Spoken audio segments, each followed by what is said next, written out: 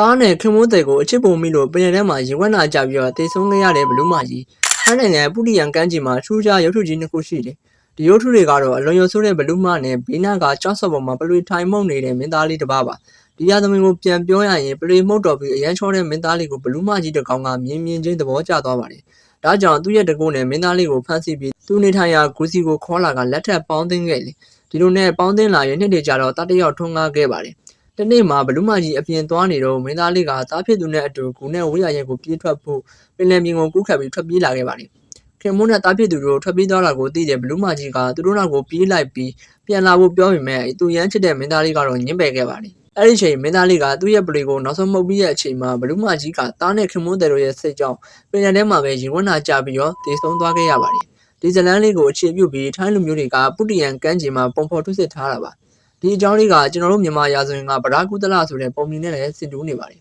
မင်္ဂလာပါကျွန်တော်ကတော့အစီအစဉ်တက်ဆက်သူမြဲမှာ